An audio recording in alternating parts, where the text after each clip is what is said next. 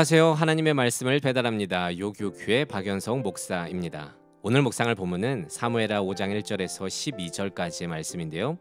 제가 1절에서 3절 그리고 9절에서 10절까지의 말씀을 봉독하고 함께 묵상하도록 하겠습니다.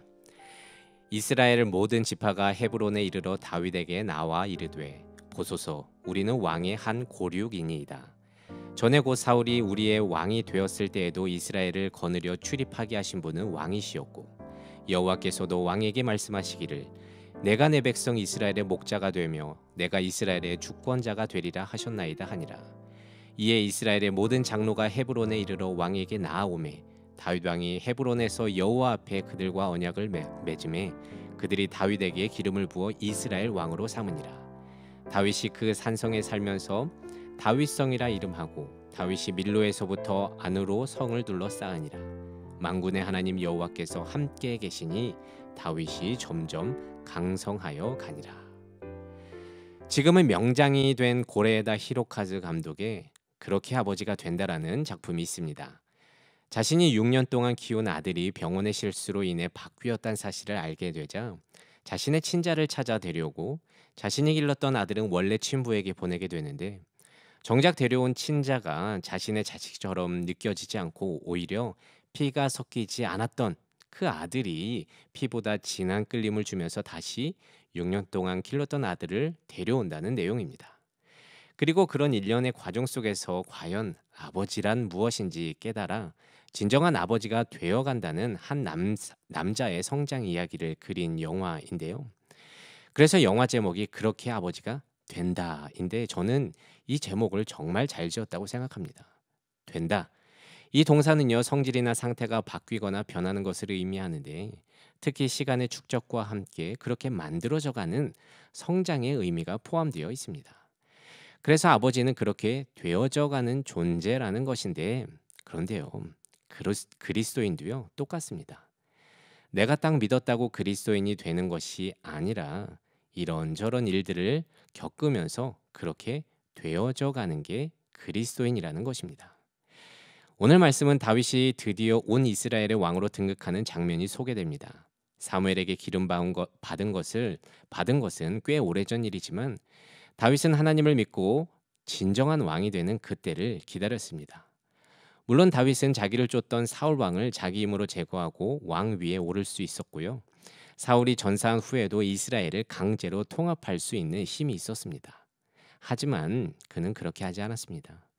오직 하나님의 약속이 이루어질 것을 믿고 그 긴 시간을 견디어낸 결과 오늘 봉독했듯이 1절 이스라엘 모든 지파가 헤브론에 이르러 다윗에게 보소서 우리는 왕의 한 골육이라고 말하면서 대척점에 서 있던 사울 진영의 사람들이 다윗에게 먼저 손을 내민 것을 우리는 보게 됩니다. 그리고 다윗은 자신들의 왕이 되어달라는 그들의 정중한 부탁을 받아들였고 그는 그렇게 분열된 이스라엘을 온전히 하나로 만든 모두가 인정하는 왕이 되었습니다.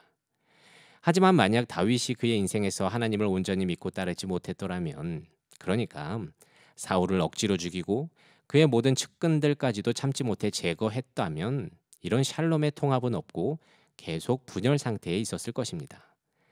하지만 우리가 계속 묵상해왔듯이 다윗은 초지일관 하나님을 기준으로 때를 기다렸고요. 사울과 그에 관련된 사람들도 용서함으로 화해, 화합으로 인도할 수 있었습니다. 어찌 보면 다윗은요 지금까지 갖은 고생을 하면서 긴 여정을 뺑뺑 돌아온 것 같습니다. 하지만 그가 헤브론에서 기름 부은 나이는 30세였고요. 통합한 이스라엘 왕이 된 것은 37세입니다. 그러니까 결코 늦지 않았다는 것이죠.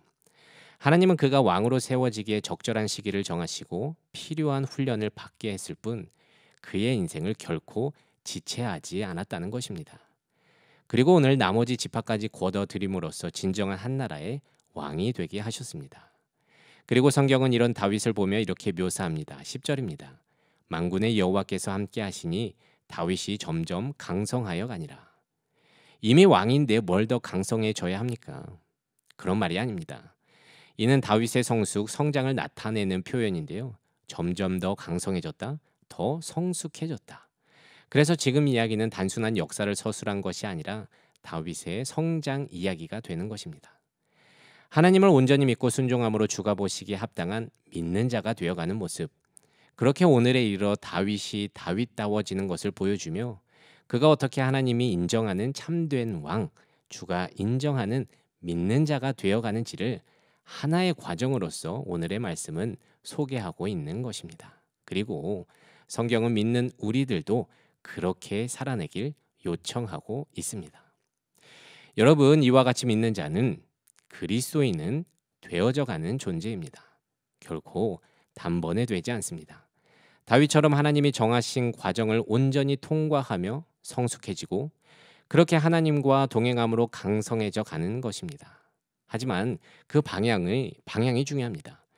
창조주 하나님을 신뢰하고 이 세상과 사람의 인생의 주인이 하나님이란 것을 믿으며 갈 때 주어진 인생 가운데 강성해져 갈 것입니다. 그러니까 성숙, 성화되어져 갈 것입니다. 그래서 한 목사님은 이렇게 말씀하셨습니다.